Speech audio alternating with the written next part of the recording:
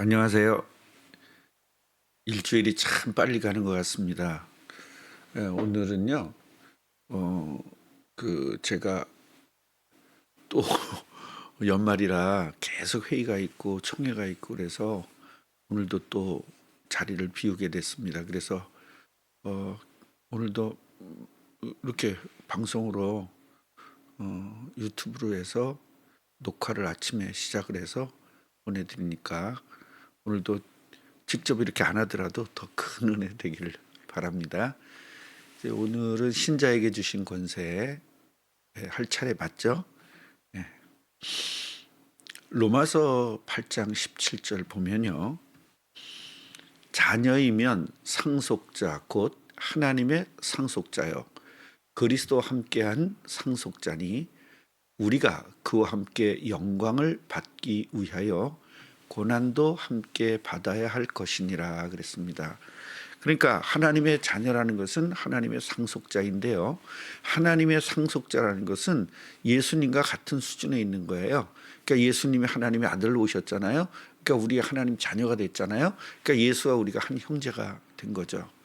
그래서 예수님도 우리 보고 형제라고 한 이유가 바로 그런 거예요. 그래서 이걸 또 잘못하면 우리도 하나님이다 이래가지고 이제 이단들이 나왔는데 사위일체다. 하나님 그리고 예수님, 성령님, 그리고 우리 인간이다. 뭐 이렇게 하는 거 있는데 그건 아니고요. 여기서는 그런 개념이 아니라 하나님의 자녀가 얼마나 대단한 거냐. 진짜 하나님 자녀가 이게 보통이다. 너희들이 생각하는 수준이 아니야. 하나님의 자녀는 상속자야. 상속자. 그래서 그리스도와 함께한 상속자이기 때문에 우리가 영광을 엄청 받을 거다. 그런데 마귀가 존재하기 때문에 우리가 고난도 받을 것이다.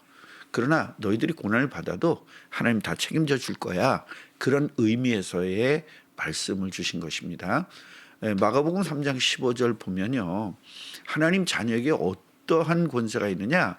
바로 귀신을 내쫓는 권세가 있다는 겁니다. 그래서 옛날에는 귀신을 두려워하고 무서워했는데 지금은 귀신이 여러분들을 무서워하는 게 바뀐 겁니다. 그래서 귀신 나왔어 그러면 옛날에 막 떨리고 겁나고 막 그랬잖아요.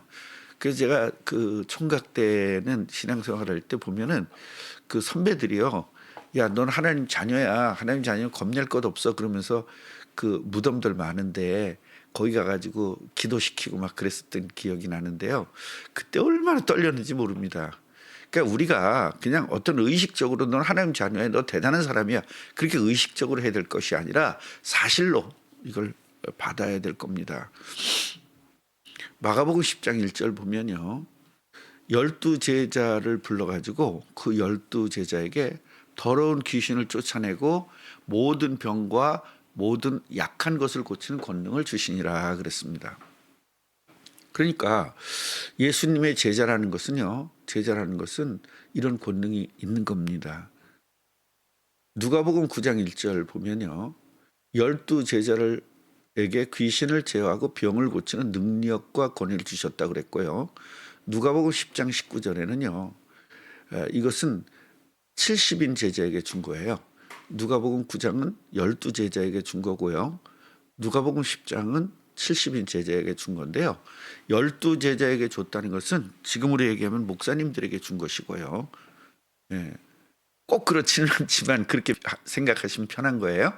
예, 그 다음에 이제 70인 제자는 여러분들과 같이 이제 목사가 아닌 분들에게 권세를 줬다는 겁니다.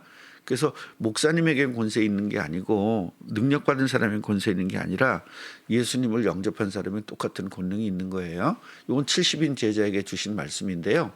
내가 너희에게 전가를 밟으며 원수의 모든 능력을 제어할 권능을 주었으니 너희를 해칠 자가 결코 없으리라. 여기 결코란 말을 썼어요. 우리는 절대로 어떤 일이 있어도 흔들리거나 걱정할 필요도 없고요. 염려할 필요도 없고, 염려거리, 걱정거리, 근심거리, 별거 다 와도 여러분들은 걱정하거나 근심할 필요가 없어요. 해칠 차가 결단코 없을 것이다. 이 믿으시기 바랍니다. 마가복음 16장 17절부터 18절 보면요, 믿는 자에겐 이렇게 표적이 따를 것이다. 네, 네가 이런 능력이 있다는 것을 알게 하기 위해서 표적이 따를 것이다. 예수님의 이름으로 귀신도 쫓아내고요.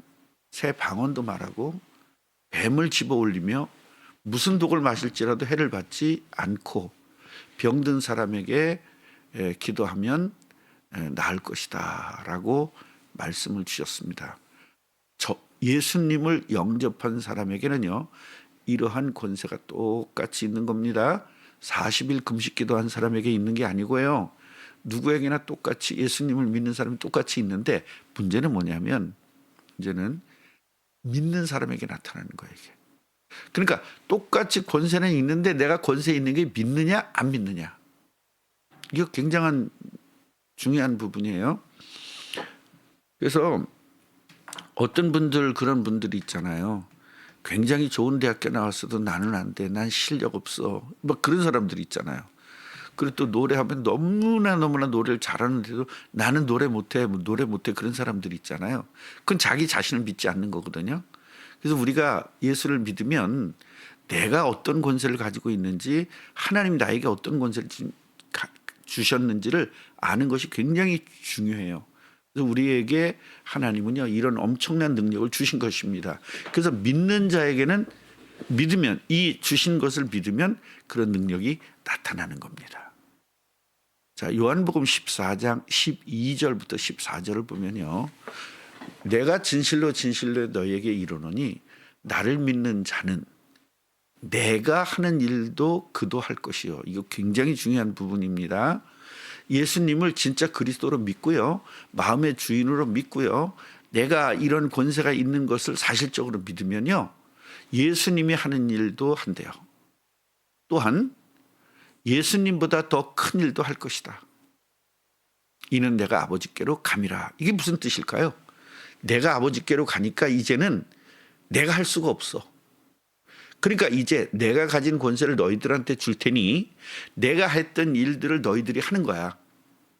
그래서 너희들이 세계복음화를 하기 위해서 이런 권세를 주셨으니까 내가 사람 귀신도 쫓아내고 사람도 고치고 병든 자도 고쳤던 것처럼 너희들도 이것을 하게 될 거야.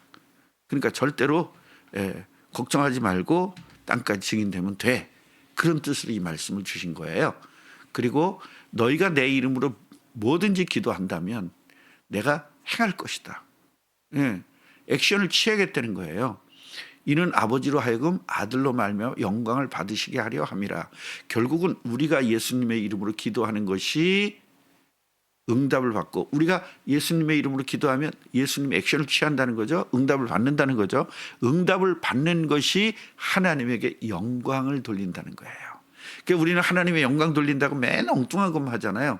하나님 영광 돌리는 것은요. 우리가 예수님이 그리스도인 걸 믿고 예수님이 우리에게 권세 준 것을 믿고 그 권세를 사용하는 것. 예수님의 이름으로 그 권세를 사용하는 것이죠. 그때 하나님의 영광을 받는 겁니다. 그래서 내 이름으로 무엇이든지 내게 구하면 내가 행하리라. 여기서 무엇이든지는요. 하나님의 뜻을 이루는 무엇이든지예요. 앞에 전제 조건이 붙는 겁니다. 하나님의 뜻을 이룰 때 무엇이든지. 그렇지 않으면요. 나 세계에서 제일 부자 되게 해주세요. 그러면 해 주겠네요. 그건 아니에요. 하나님의 뜻을 이룰 때 필요한 것들은 모든 것들을 다 주겠다는 거죠. 그래서 얼마 전에도 제게 무속인도 예수님의 이름으로 기도했더니 무속인에게 있었던 귀신이 떠나는 거. 이런 것들이 저뿐만이 아니라 여러분에게도 이런 권세가 있다는 사실을 절대로 기억하시기 바랍니다. 히브리서 1장 14절을 보면요. 이제 천사, 지금 우리 세 가지를 보고 있어요. 귀신을 쫓아내는 권세를 받고요. 두 번째는요. 기도하면 응답받는 권세를 지금 받고요. 세 번째로는 천사가 우리를 돕는 이 권세입니다. 모든 천사들은 섬기는 영이다. 누굴 섬기려고요? 구원받을 상속자. 그러니까 저와 여러분들을 위하여 섬기라고 보낸 것이 바로 천사라는 겁니다. 그래서 천사의 도움을 받는 것이 이게 여러분 권세예요. 뭐 수호천사 이런 건 아니고요. 우리가 하나님의 일을 하는데 핍박을 받거나 이럴 때 천군 천사가 와서 돕는 겁니다. 그래서 베드로 같은 경우는요. 감옥에 있을 때 천사가 와가지고 그 감옥에서 꺼내주기도 하고요. 바울도 이런 축복들을 누리게 됩니다. 저도 이런 천사의 도움을 엄청 많이 받았습니다. 이제 여러분들이 받기를 바랍니다. 사도행전 1장 8절 보면 이런 권세를 가졌지 않냐. 근데 이런 권세는 성령이 와야 되는 거거든. 그래서 성령이 너에게 임하면 어떤 사람이 성령이 임하죠? 예수님을 영접한 사람에게. 예수님을 그리스도로 믿고 영접한 사람에게는 성령이 오시고요. 그 성령이 오시면 권능을 받는 거예요. 예. 그리고 그 권능을 왜 줬냐? 예루살렘과 온 유대와 사마리아 땅까지 증인되라고 권세를 주신 것입니다. 자, 그렇다면 우리 이제 영적 싸움의 요충지를 좀 알아야 됩니다. 자, 원천을 한번 살펴보겠는데요. 대부분의 영적 전쟁이 인간의 생각 안에서 일어납니다. 생각 안에서. 그래서 사탄은요, 우리를 비판적인 생각으로 가득 차게 해가지고 사탄과 싸우는 영적 전투력을 무력화시킵니다. 계시록 12장 10절 보면 형제를 참소하게 된대요. 예, 이 생각이 굉장히 중요한 거예요. 생각. 로마서 8장 6절 보면 육신의 생각은 사망이고 영의 생각은 생명과 평안이라는 거예요. 그래서 우린 생각으로 내가 죽고 살고 하는 겁니다. 영적으로 죽고 사는 것이 우리들의 생각이라는 거예요. 그래서 생각에 자꾸 나쁜 생각, 이런 생각들을 들면 예수님의 이름으로 기도해서 승리하시길 바랍니다. 빌립보서 4장 7절에도 하나님의 평강이 너희 마음과 생각을 지키시리라. 이 기도응답이거든요. 기도응답 받으면 우리의 마음과 생각을 하나님 지켜주셔서 우리가 마귀에게 당하지 않는다는 것입니다. 그 다음에 교만, 불신, 두려움, 시기, 미움, 질투 등이 있습니다. 잠언서 4장 23절 보면 모든 지킬 만한 것 중에서 더욱 네 마음을 지키라 그랬습니다. 두 번째는 뭐예요? 마음입니다. 에베소 4장 26절 보면 분을 내어도 죄를 짓지 말고 해가 지도록 분을 품지 말고 마귀에게 틈을 주지 말라고 그랬고요. 시브리서 13장 9절 보면 마음은 은혜로서 굳게 함이 아름답다고 했습니다. 그래서 우리 마음을 굳게 하는 것이 굉장히 중요한 부분입니다. 세 번째로는요. 야고보서 3장 10절 보면 한 입에서 찬송과 저주가 나오는도다 그랬습니다. 뭘까요? 바로 입입니다. 입. 그래서 생각, 마음, 입 이것이 바로 영적 싸움의 요충지입니다. 여기서 우리는 이겨야 돼요. 우리 축구할 때 보면 미들필드에서 모든 싸움이 시작되고 거기서부터 지느냐 이기느냐가 나타나거든요. 그래서 우리가 이 미들필드 같은 것이 바로 마음과 생각과 입입니다. 잠언서 18장 21절 보면 죽고 사는 것이 혀의 힘에 달렸대요. 민수기 14장 28절 보면 너희 말이 내 귀에 들린 대로 내가 너희에게 행하리라 그랬습니다. 그래서요, 말 조심을 해야 되는 게 바로 그런 겁니다. 하나님은 우리들의 신음까지 다 듣고 계시거든요. 그래서 내가 말하는 것들이 하나님 귀에 다 들린다는 거예요. 그래서 우리가 나쁜 말하면 우리에게 나쁜 것들이 생기는 거죠. 그래서 입도 조심해야 되는 것이 기독교인은요, 굉장히 이런 것들이 중요합니다. 골로새서 4장 2절 보면 그래서 기도를 계속하라는 것이고요.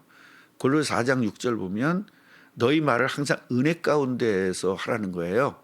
소금으로 맛을 낸 것 같이 하라는 겁니다.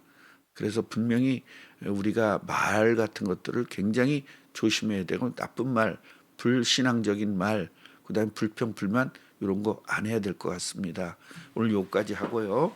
다음 주에는 성도의 자세에 대해서 공부하도록 해보겠습니다.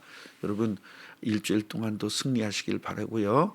회사에서 일하는 중에 또 가정에서 가정생활하는 중에 또 사회생활하는 중에 예수님이 함께한 비밀을 누리면서 완전 승리하시기를 주님의 이름으로 축원합니다. 하나님 감사합니다. 우리에게 은혜 주신 것 감사합니다.